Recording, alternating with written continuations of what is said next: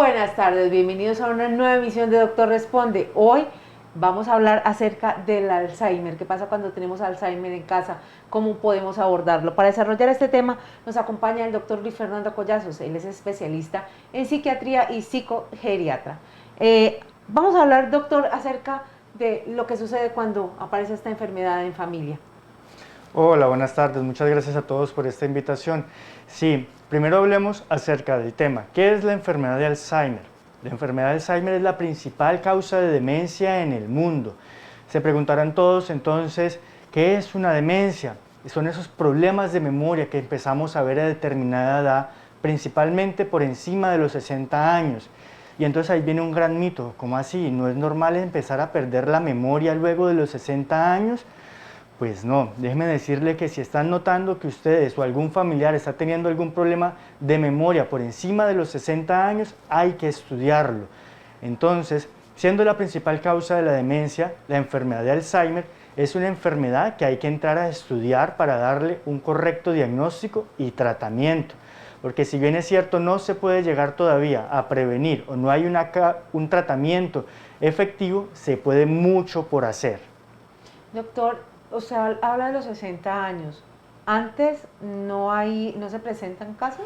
Puede llegar a presentarse. Hay casos, entonces esos casos se conocen como demencias de inicio temprano, son mucho más raros. El 95% de los casos se presentan por encima de 60 años y se considera una causa esporádica.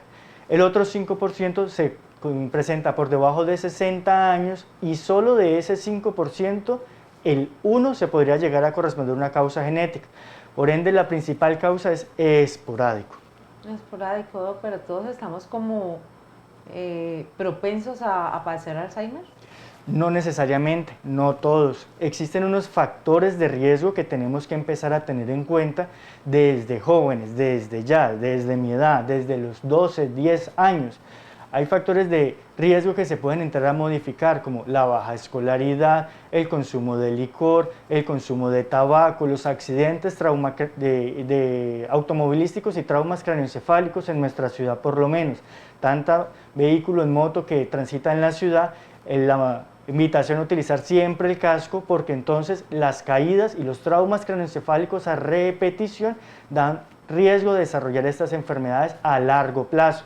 Entonces se caen ahorita a los 20, 30 años, pero a los 60, 70 años es que están presentando estos problemas. Y muchos otros factores de riesgo que podemos intervenir: la inactividad física, la hipertensión, la diabetes, el pobre contacto social, la depresión, la pérdida auditiva. También entonces tenemos 60, 70 años y no estamos escuchando bien, hay que ir al médico a corregir estos problemas de audición, porque o si no, puede que nos dé un problema de demencia más adelante. ¿Y en qué están relacionados, Doc? ¿Por qué se produce el Alzheimer? El Alzheimer es un deterioro y un depósito de una proteína que se llama beta-amiloide en el cerebro, y también hay otras causas como la acumulación de otra proteína que se llama tau. Estas dos proteínas empiezan a destruir las neuronas y empieza en un área que se llama el hipocampo. Ahí es donde se almacena la información nueva que vamos aprendiendo. Y va produciéndose un daño neuronal a través desde el hipocampo a la parte de adelante del cerebro, que es el frontal, y se empieza a ir para atrás. Por ende, entonces tenemos diferentes estadios de la enfermedad. Unos casos desde un deterioro cognitivo leve, donde las personas empiezan a perder algo de las funciones de la memoria, y no solo la memoria, atención, cálculo, orientación, habilidades visoespaciales, empiezan a rayar el carro, ya no pueden empezar a movilizarse en transporte público, hasta ya comprometer como tal la funcionalidad, se llama eso. La funcionalidad es lo que hacemos todos los días para vivir de manera independiente. Vamos a un supermercado, vamos a la iglesia, nos reunimos con los amigos y poco a poco se empiezan a perder estas habilidades. Ya hasta el punto, esto sería un estadio leve. Y hay un estadio moderado y severo donde perdemos habilidades para tomarnos nuestros propios medicamentos, ya problemas para ir a hacer compras, se nos empiezan a perder los objetos, se empieza uno a perder si sale solo a la calle. Entonces no es normal, ay, es que se perdió una vez en el mío y se bajó en la estación que no era, pero rápidamente volvió a recuperarse la casa luego de 4 horas de estar perdido. Entonces no es normal que nos lleguemos a perder, no es normal ninguna pérdida de la memoria, y ya en un estadio avanzado, como lo hablaba ahora con Paola, la persona pierde las actividades básicas, ya la persona no puede bañarse, no puede vestirse, no puede caminar ni comer por sí solo, hasta llegar a un punto de estar postrado en una cama, teniendo que darle a los familiares medicamentos, los alimentos, usar pañal o sondas en algunos casos, hasta lastimosamente llegar a fallecer. Es una enfermedad crónica, degenerativa, que dura aproximadamente 5 o 7 años, algunos reportes dicen de hasta 12 o hasta 20 años, que empieza luego de los 60 años, podemos durar hasta los 80, 85 años con estos síntomas, pero ¿con qué calidad de vida? Es ahí entonces donde invitamos a que las personas consulten si están presentando algunos de estos síntomas o si no sus familiares a que estén pendientes si ya los están presentando. Pues precisamente nos pregunta Zulio Campo, ¿cuáles son esos síntomas iniciales que prenden las alertas? Exacto, entonces necesitamos estar pendientes si algún familiar o nosotros mismos empezamos a notar que se empiezan como a perder algunos objetos, donde dejé las llaves, que dejó la llave del agua abierta, la llave del gas abierta, las llaves pegadas a la puerta. Se empieza entonces a perder dinero. No es que lo guardó tan bien que ya no se acuerda dónde dejó la billetera y 2 o 3 días después buscando otra cosa, ya lo recuerda, perdón, no lo recuerda sino que lo encuentra. U otro familiar llega y lo encuentra. Problemas para las fechas. Se pasó entonces el cumpleaños de la esposa, se pasó la fiesta de Navidad, ya no se acordó cuándo era amor y amistad que acabó de pasar. Ay, es que nunca se acordaba. Ah, bueno, es diferente nunca acordarse a ser la que siempre se acordaba en la casa y de un momento a otro dejar de acordarse. Y lo menciono en femenino porque la demencia tiene rostro femenino, da más a las mujeres que a los hombres, pero por un factor protector que tienen las mujeres afortunadamente, que son sus estrógenos, y porque viven más que nosotros los hombres. Entonces las mujeres llegan a mayor edad y pueden llegar a presentar mayor enfermedad de Alzheimer o demencias por solo el hecho de la edad y ser este factor femenino que las protege. Doctor, pero usted dice algo que a mí me deja un poco, pues como preocupada, dice, bueno, ¿qué será? Porque por lo general a veces uno siente que o es muy distraído y entonces, ¿qué era lo que iba a hacer? Y se me olvida qué era lo que iba a hacer y me tengo que devolver y volver como a repetir los pasos para acordarme que esto es normal o definitivamente estas cosas no son normales. Exacto, hay que variar, diferenciar esas dos situaciones que nos comenta Paola. Es diferente estar distraído o inatento. Es decir, vamos entonces conduciendo y vamos pensando, hoy tengo que ir a dejar a los niños al colegio, tengo que hacer la lista del mercado, tengo que pagar estos recibos, tengo que tener todo listo en la casa, tengo que esto del trabajo, y cuando vamos a ver ya nos pasamos por donde teníamos que haber volteado o íbamos en el mío y nos seguimos y no nos bajamos en la estación que era, pero porque estábamos distraídos acá adentro pensando en otras cosas. La diferencia que se presenta en las personas con enfermedad de Alzheimer es de parte de memoria. Están concentrados, la atención está bien, pero es que ya no logran evocar la información ya guardada. Hay una analogía muy bonita que es, imaginemos la enfermedad de Alzheimer como si tuviéramos una biblioteca. Todos los días vamos y almacenamos una nueva información y vamos escribiendo un libro. Pasamos la infancia, almacenamos el libro y vamos llenando estantes hacia arriba. Cuando llegamos a determinada edad y empieza a aparecer los síntomas de la demencia, empiezan a perderse cada uno de estos libros y ya la persona no puede acceder a esta nueva información. No puede acceder a la nueva porque no la puede registrar, no hay nueva información y se va perdiendo la información de ahí para abajo. Entonces así es también como se va perdiendo la información como fue almacenada previamente. Pero sí, hay algunas personas que pueden llegar a tener problemas y olvidos frecuentes y ahí es donde de pronto los invitaría a consultar y lo consulten con su médico o tal vez con un psiquiatra o un psicogeriatra para ayudar a determinar si realmente es un problema más bien de atención o de ansiedad o estamos viendo realmente es un problema de una demencia.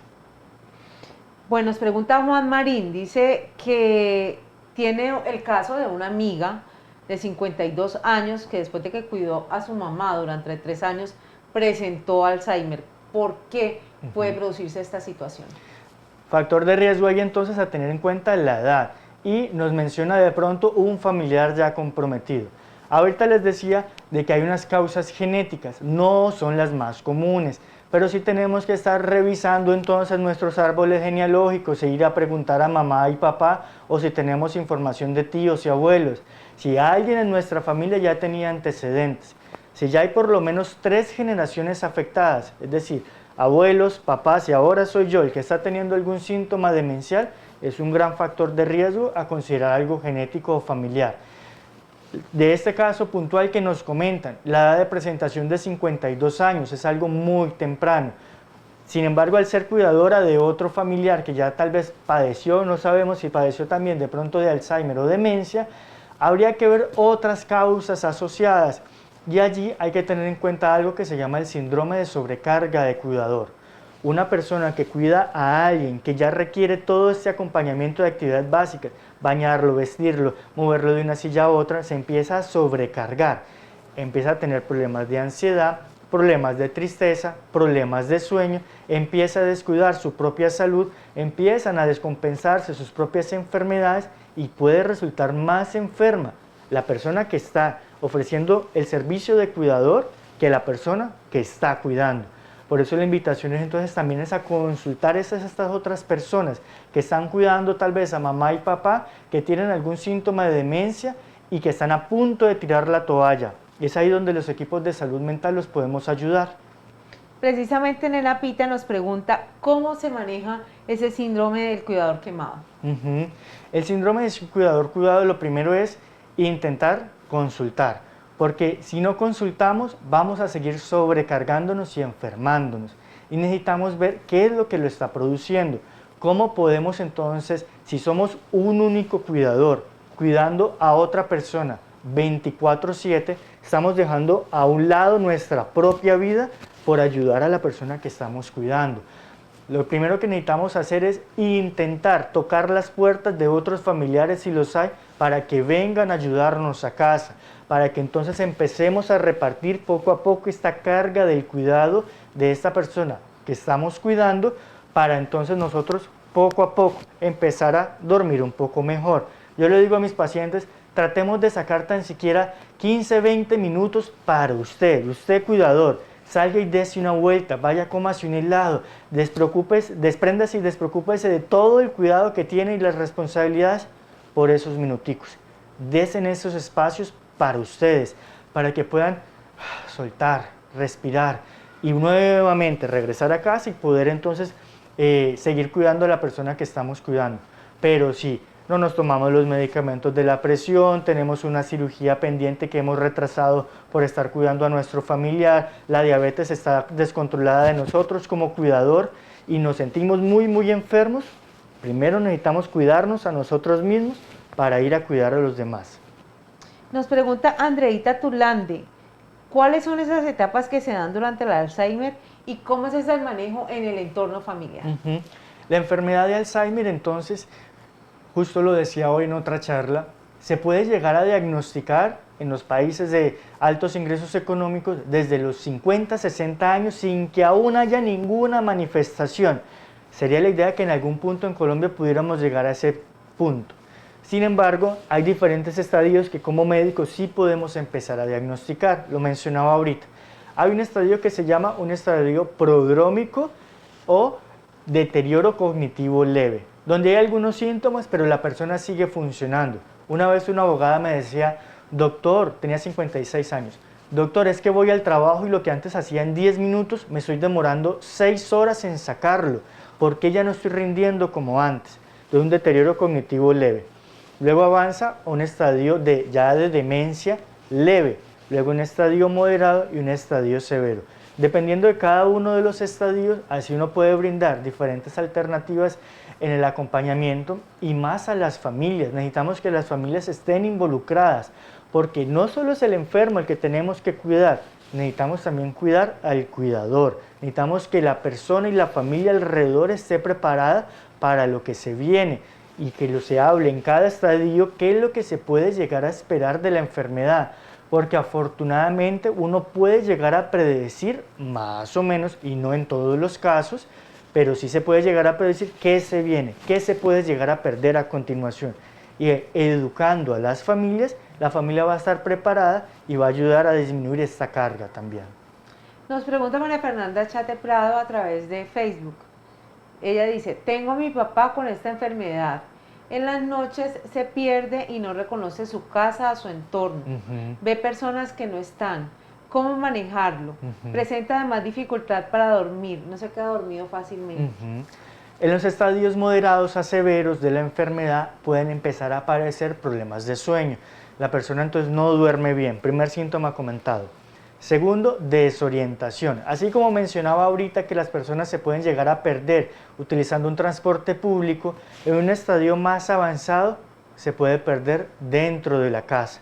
Ya no sabe dónde queda el baño, ya no sabe dónde queda la cocina. Y un tercer síntoma que comenta allí es tal vez la psicosis. Las personas pueden llegar a creer que ven o escuchan cosas que para nosotros no están allí. Es decir, que tráigame el petróleo para ir a prender ya el carbón de la cocina, me decía mi abuelo en las madrugadas.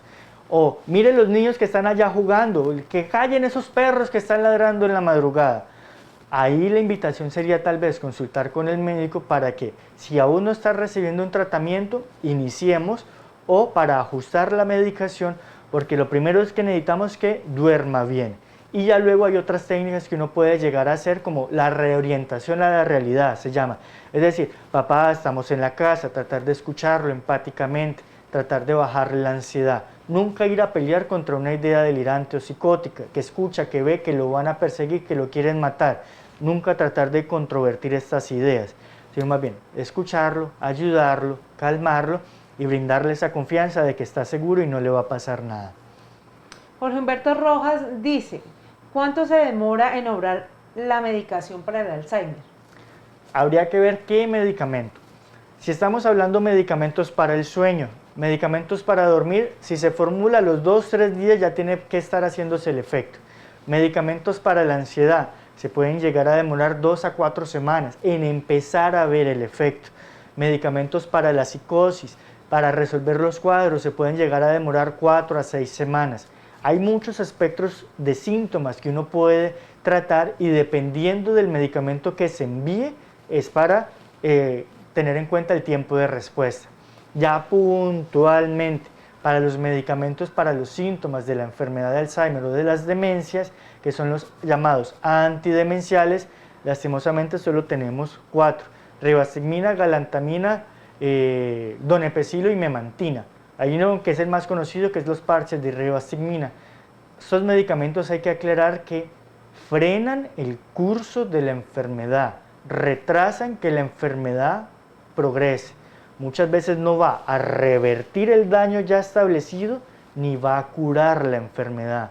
Hasta ahora, lastimosamente, no existe ningún tratamiento que modifique el curso de la enfermedad. Es por eso la lucha y las investigaciones que se están llevando en este momento para tratar de encontrar una cura. Y es más, para que sepan, aquí en Colombia es uno de los países pioneros que se está investigando esto por medio del grupo de neurociencias de la Universidad de Antioquia y el grupo que dirige el doctor Lopera. Si tienen alguna inquietud, también pueden ingresar al grupo de investigación del doctor Lopera y si están sospechando alguna causa genética, se pueden colocar en contacto con ellos. Doctor, hablaba usted ahora de poder entrar a frenar algunos o alguna progresión de la enfermedad. Cuando nos dan un diagnóstico de Alzheimer, ¿qué tenemos que hacer como familia? Porque finalmente el daño va a llegar y va a ser progresivo. ¿Qué podemos hacer? Porque finalmente empieza uno como a vivir ese duelo desde el momento mismo del diagnóstico. El diagnóstico mismo es difícil de realizar en entrada. Una encuesta que se realizó el año pasado a nivel mundial demostraba que se podía llegar a demorar entre 1 y 3 años realizar solo el diagnóstico. De los casos que he visto aquí en la clínica en Banaco es un poco, hay veces más rápido, pero nuevamente hay que consultar, porque si no consultamos, hacemos los diagnósticos, ya es cuando no hay nada, lastimosamente, o más bien poco, lo que se puede ofrecer. ¿Qué hay que hacer entonces con la familia? Desde el día 1, empezar a educar. Si la persona todavía es consciente de sí mismo, porque no en todos los estadios la persona pierde la capacidad sobre sí mismo. Y en los primeros estadios de deterioro cognitivo leve y demencia leve, la persona todavía se puede percatar y hacerse cargo de sus propias cosas. Es decir, puede hacerse cargo de toma de decisiones acerca de sus finanzas, de bienes, de pensiones. En esas dos primeras etapas todavía se puede. Luego, lastimosamente, se pierde la capacidad de introspección o de autorreconocimiento o de autodeterminación, que es el término legal, y la persona ya no puede tomar decisiones por sí misma. Entonces, si hay un diagnóstico de una demencia en un estadio temprano, las personas pueden, uno como individuo que está padeciendo la enfermedad, puede llegar a dejar cuadradas muchos de estos temas y no esperar lastimosamente hasta que abuela, papá o mamá fallezcan para arreglar estos trámites legales donde es más engorroso, sucesiones, más costoso que abogados. Entonces, antes de que todos estos síntomas se establezcan, necesitamos dejar estos temas como individuos resueltos. Y ya entonces, como familia, muchas veces uno como médico puede citar a la familia, explicarles, educarles. Es un proceso de aprendizaje y educación continua que uno hace como familias. La idea más adelante es tratar de ofrecer estos servicios más formalmente también acá en la clínica y hacer hasta grupos de apoyo se pueden llegar a crear para que en las experiencias que comparten cada uno de ustedes como cuidadores pueda seguir creciendo esta información y se forme toda una red de cuidado para las personas que padecen de enfermedad de Alzheimer. Nos pregunta Karen Castrillón, ella dice que tiene una familiar con Alzheimer y que olvida todo al instante, pero que siempre tiene presente a una sobrina, que no puede vivir sin estar cerca de ella porque se altera. ¿Cómo podemos ayudar? Entonces, las preguntas reiterativas, el estar preguntando constantemente una cosa y no va y responde. Ah, ¿que qué día es hoy? Ah, hoy es 21 de septiembre. Ya a los 10 minutos. Ah, mija, ¿qué día es hoy? Abuela, ya te dije, hoy es 21 de septiembre. Ya cuando va en la quinta pregunta. Abuela, que ya te dije. Podemos reaccionar de pronto de una manera agresiva ante estas preguntas reiterativas para tener cuidado. Las personas que padecen de la enfermedad lo están preguntando porque tal vez ya no recuerdan. E intentar entonces, en la medida que nosotros también tengamos la paciencia, continuar respondiéndole las preguntas. Y cómo seguir manejando estos síntomas entonces en casa, porque recuerda a la sobrina puntualmente. La parte de las emociones se afecta de manera más tardía. Hay que ver tal vez qué vínculo tenía con esta sobrina o con esta nieta especial o con esta hija familiar, que de pronto es un poco más cercano. Cada uno de nuestras personas y familiares que pueda que haga que se recuerde más una persona que otra. Tal vez esta carga de emociones y afectividad es donde podemos seguir ayudando a nuestra familia. Si recuerda mucho a esta sobrina, bueno, que la sobrina nos colabore. Pero si digamos es cualquier otro familiar o uno mismo como hijo tal vez no lo recuerda, ese amor que todavía sentimos por ellos siempre se los van a recibir. Entonces la invitación es a seguirlos queriendo, seguirlos amando, seguirlos chocholeando, seguirlos estando ahí, acompañándolos, porque todo el amor que ustedes sienten por ellos, ellos se los van a agradecer eternamente, siempre se los van a agradecer.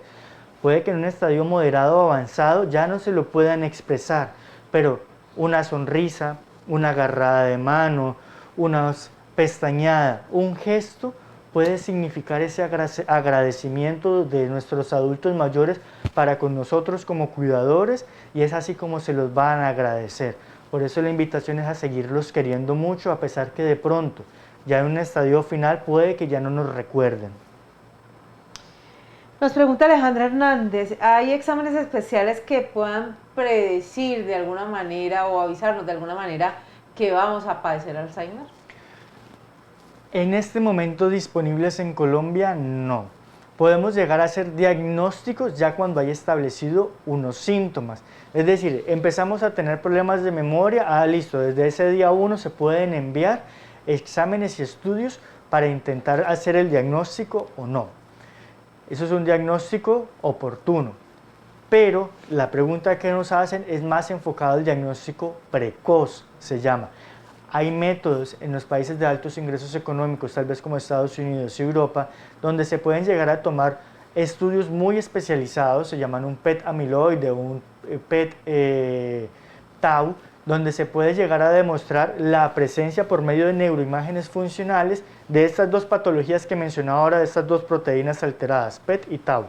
u otro que es un método muy invasivo, pero que se deja solo para la investigación, o sea, para cuando se crean los estudios de determinado medicamento, que son punciones lumbares. Toca sacar líquido, se llama cefalorraquídeo, que es líquido que está alrededor del cerebro y de ahí medir unos niveles de proteínas. Sin embargo, con el paso de los años, justo este año, ya salió la guía de cómo hacer la toma de biomarcadores a nivel periférico, es decir, que con una muestra de sangre tal vez es lo que estamos aspirando. De aquí a los próximos años, unos 5 o 10 años, estas personas que hay una sospecha de que puedan llegar a padecer la enfermedad con una muestra de sangre, mandarla a un laboratorio y tal vez predecir en un porcentaje todavía de todas formas no muy certero, que no digan 100%, pero tal vez un poco más cercano, si puedes llegar a padecer la enfermedad. Es lo que se aspira con esta enfermedad, pero todavía no está disponible en nuestro país. Doctor, hablamos hace un momento acerca de que últimamente se ven como muchos más casos de personas con Alzheimer. Yo no sé si esto es una percepción o esto es real, es una realidad. Es una realidad, Paola.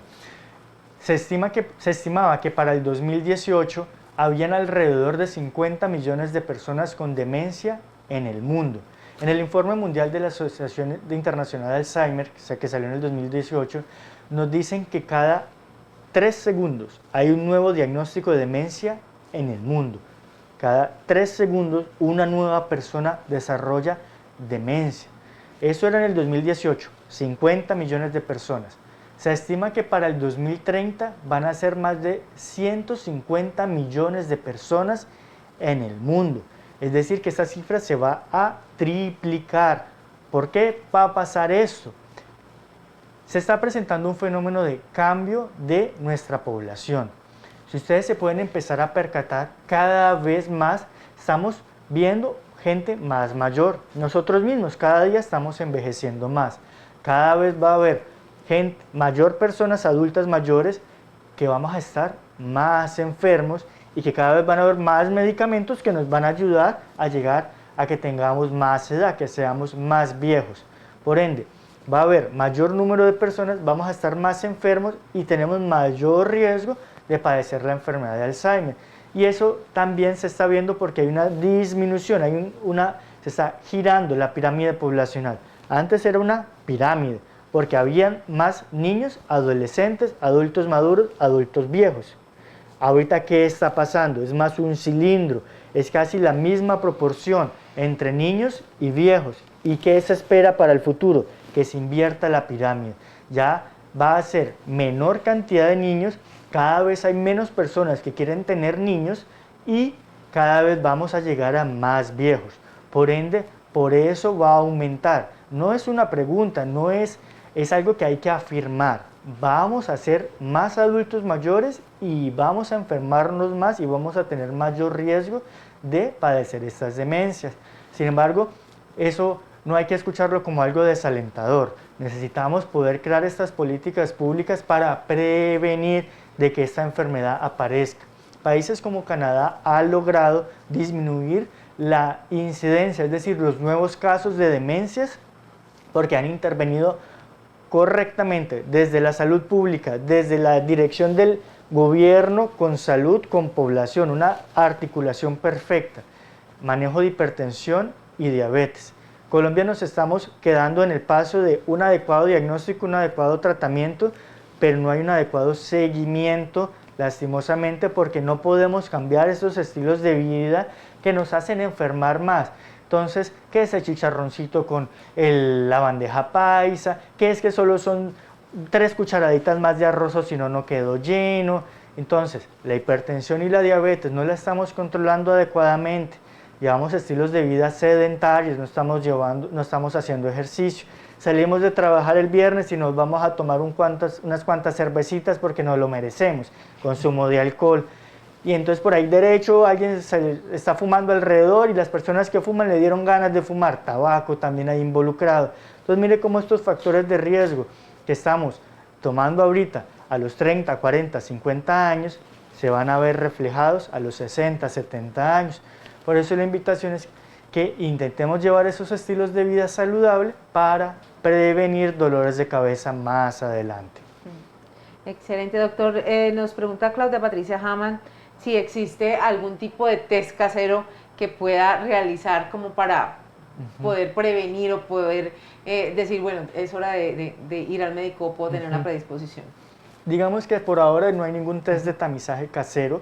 Se están intentando implementar unos para que las personas la puedan hacer en casa, pero no, lastimosamente, como es una enfermedad que requiere muchos estudios y varios seguimientos, no hay un test que podamos decir en casa que va a decir, ah, salió positivo. Que sí tenemos que estar pendientes entonces, no como test diagnósticos, que se nos empezaron, lo que decía ahorita, olvidos frecuentes, que se empezó a quemar el arroz, que empezó a guardar la plancha en la nevera, que en vez de echarle azúcar le echó sal a la comida, que a la hora de salir a pagar un recibo botó la plata, que pagó el recibo que no era, que se confundió a la hora de un cambio, que le tenían que haber devuelto cierta cantidad de dinero, le devolvieron menos o no le devolvieron, que ya no puede utilizar el teléfono celular o llamar al teléfono fijo, que antes se sabía todos los números de los familiares y ahorita ya no recuerda ninguno. Son signos de alarma que tenemos que tener pendientes, estar pendientes, cambios de humor, síntomas psicóticos, problemas del sueño, todos estos síntomas. Entiendo que hay mucho estigma lastimosamente alrededor de la enfermedad mental, pero con la pandemia todos nos vimos resultados y afectados con esta coyuntura global. Todos llegamos a tener ansiedad de estar encerrados, teníamos problemas del sueño, nos empezamos a colocar aburridos y tristes. Es hora de seguir luchando contra este estigma que existe alrededor de la salud mental. Y normalizar, es normal también buscar ayuda, es normal pedir ayuda a un psicólogo o a un psiquiatra. Los psiquiatras no vemos la locura no existe. Es normal ir a preguntar si tenemos un problema del sueño. Desde allí, no estamos durmiendo bien, hay que ir al médico, pedir que nos manden al psiquiatra, porque realmente los psiquiatras vemos son problemas del día a día, problemas del sueño, problemas del trabajo, problemas de pareja, problemas de tristeza, problemas que no podemos comer bien.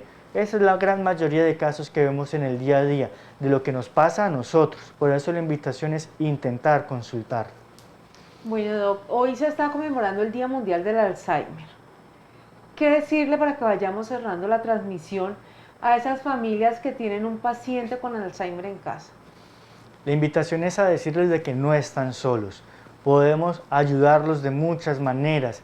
Podemos intentar mejorar la calidad de vida de cada uno, de todos, de las familias. Porque como lo decía ahora, no solo es la persona que padece la enfermedad la que se afecta, sino cada uno de los miembros y familiares que componen la casa. Si todos en casa estamos bien, si todos en casa sabemos cómo actuar, es ahí donde vamos a poder salir adelante rápidamente. Pero sí, lastimosamente estamos delegando el cuidado a uno de los 9 hijos y usualmente suele ser la hija menor que no se casó y no tiene hijos, la que va y cuida a mamá y papá y que se le delega como por obligación esta tarea. Si ella está 24/7, es decir, todos los días de la semana, 24 horas al día, cuidando a mamá y papá, si ya tiene problemas en su salud física y no estamos colaborando como familia, hay que intentar agruparnos, pedir ayuda a un trabajador social, a un psicólogo, a un médico, a un neurólogo, a un psiquiatra, a un odontólogo, porque entonces no tenemos caja como adultos mayores y no estamos comiendo bien, a un otorrino porque no estamos escuchando bien, al urólogo porque se le está saliendo la orina. Mire que es un grupo de profesionales que los podemos ayudar y la invitación es que consultemos, depende de ustedes.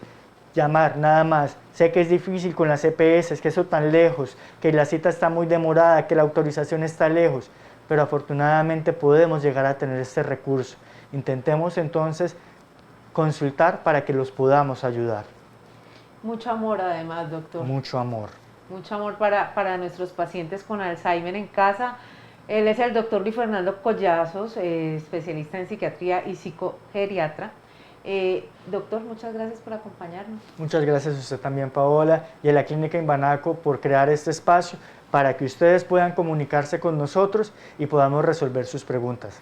Bueno, y a ustedes muchas gracias por acompañarnos. Esperamos que este tema haya sido de gran utilidad, que hayan podido resolver sus dudas y les tengo una invitación para el próximo 28 de septiembre a las 6:30 de la tarde, cuando vamos a tener nuestras charlas con especialistas. Recuerden que este es un evento presencial que hemos retomado ya hace algunos meses. Se va a realizar con el tema depresión, una enfermedad para superar en familia. Nos va a acompañar la psiquiatra Carolina Ayola Ramírez. Ella es la líder de los centros de excelencia de nuestra clínica. La cita es el próximo miércoles 28 de septiembre a las 6:30 de la tarde, el auditorio Alex Cobo. Esto está ubicado en el piso 6 de la Torre B de nuestra clínica Imbanaco. Los invitamos a seguirnos en redes como @clínica Imbanaco para que encuentren todos esos temas de interés y puedan resolver sus inquietudes, además para que conozcan todos nuestros servicios. Muchas gracias por acompañarnos y nos vemos en una próxima emisión de Doctor Responde. Hasta entonces.